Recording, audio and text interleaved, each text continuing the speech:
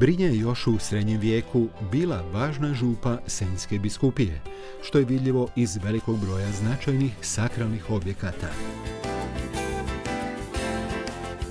Župna crkva Uznesenja Blažene djevice Marije prvi se put spominje još 1388. godine kao crkva Svete Marije sa samostanom Augustinaca. Turci su 1530. spalili crkvu i samostan, a crkvu je pod kraj 17. stoljeća ponovno sagradio pop Marko Mesić, i to na temeljima nekadašnje crkve iz frankopanskog razdoblja. Crkva je još nekoliko puta teško stradavala. Najprije od požara 1884. a zatim i u Drugom svjetskom ratu prilikom talijanskog bombardiranja. No svaki je put i obnavljana, a kod glavnog ulaza je 1989. prigodom obilježavanja 300. obljetnice oslobađanja Like od Turaka postavljeno poprsje popa Mesića.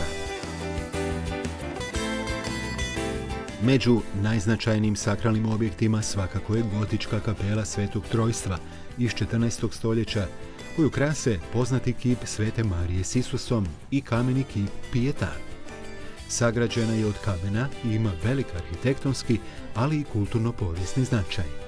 Riječ je o najbolje očuvanoj burgovnoj kapeli u Hrvatskoj s isklesanim grbovima obitelji Frankopan i Gorjanski.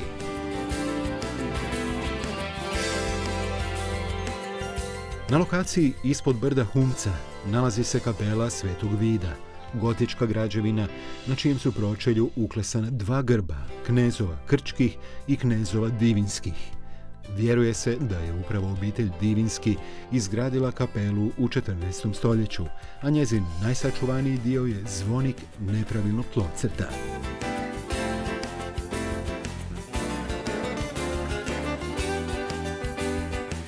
Jedan od najstarijih sakralnih objekata na području općine Brinje je kapela Svetog Fabijana i Sebastijana. Kasnoromanička građevina nastala je u 14. stoljeću i zaštićeni spomenik nulte kategorije. Kapela Svetog Stjepana, odnosno Stipana prvomučenika, građevina je gotičkog podrijetla koja se nalazi u polju uz zaselak Holjevci. Postoji od prve polovine 15. stoljeća, a u Drugom svjetskom ratu ostala je bez krova. Sredinom prošlog desetljeća renovirana je, te joj je vraćen prvotni izgled. Crkva Svetog Antuna Padovanskog nalazi se u mjestu Letinac i izgrađena je početkom 20. stoljeća. Pretrpjela je teška oštećenja u Domovinskom ratu, ali je u međuvremenu obnovljena.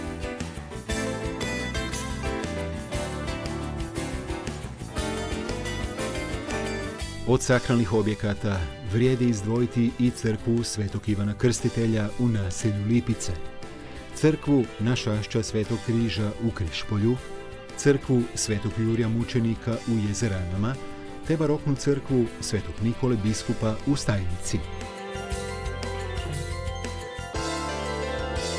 Od znamenitih objekata potrebno je istaknuti kameni most, star čak 220 godina, koji se nalazi na Jozefinskoj cesti u samom središtu Brinja.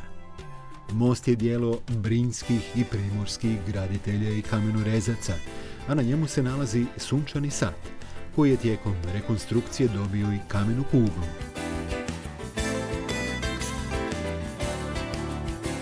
Brončani kip brinjskog minera simbol je zanimanja koje je obilježilo ovaj kraj.